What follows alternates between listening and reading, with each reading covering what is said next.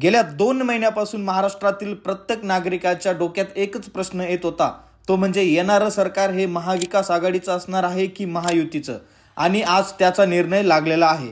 तर आजच महाराष्ट्र विधानसभेचा निकाल हा लागलेला असून राज्यात जवळपास 230 जागांवर महायुतीचे उमेदवार हे आघाडीवर आहेत।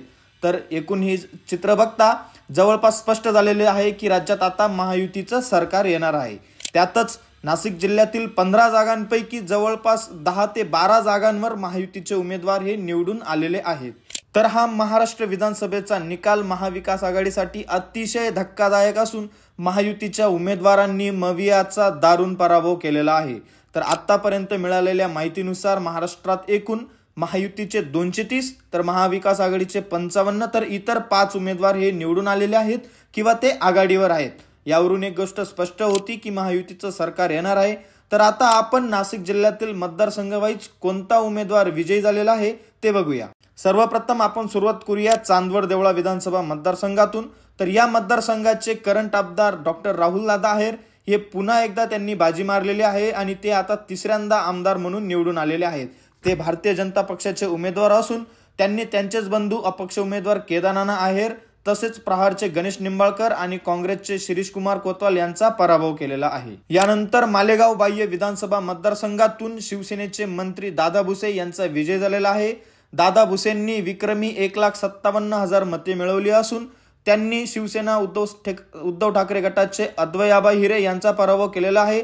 त्याचप्रमाणे अपक्ष उमेदवार बंडू काका बच्चाव हे सुद्धा इथे पराभूत झालेले आहेत। यानंतर नांदगाव विधानसभा मतदारसंघातून शिवसेनेचे सुहास अण्णा कांदे जे की करंट आमदार होते ते पुन्हा एकदा आमदारपदी निवडून आलेले आहेत। तर त्यांनी अपक्ष उमेदवार समीर भुजबळ तसेच डॉक्टर रोहन बोरसे आणि शिवसेनेचे गणेश दात्रक यांचा पराभव केलेला आहे। यानंतर सिन्नर विधानसभा मतदारसंघातून राष्ट्रवादी काँग्रेस पक्षाचे माणिकराव कोकाटे हे 5व्यांदा आमदार झालेले आहेत। तर राष्ट्रवादी काँग्रेस पक्ष शरद पवार गटाचे उदय सागळे यांचा पराभव झालेला आहे।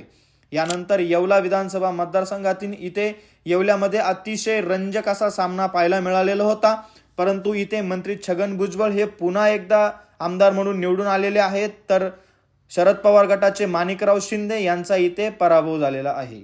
यानंतर बागलाण विधानसभा मतदारसंघातून भारतीय जनता पक्षाचे करंट आमदार दिलीप बोरसे हे पुन्हा एकदा आमदार झालेले आहेत। तर शरदचंद्र पवार गटाचे दीपिका चव्हाण यांचा इथे पराभव झालेला आहे।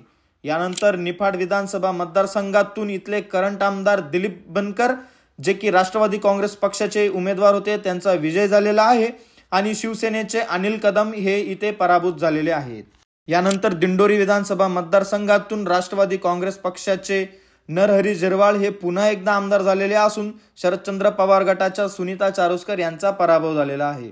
यानंतर धुळे ग्रामीण विधानसभा मतदारसंघाचे करंट आमदार कुणाल आबा पाटील यांचा धक्कादायकरित्या इथे पराभव झालेला आहे आणि इथे भारतीय जनता पक्षाचे राम मदाने हे पहिल्यांदा आमदार म्हणून निवडून आलेले आहेत।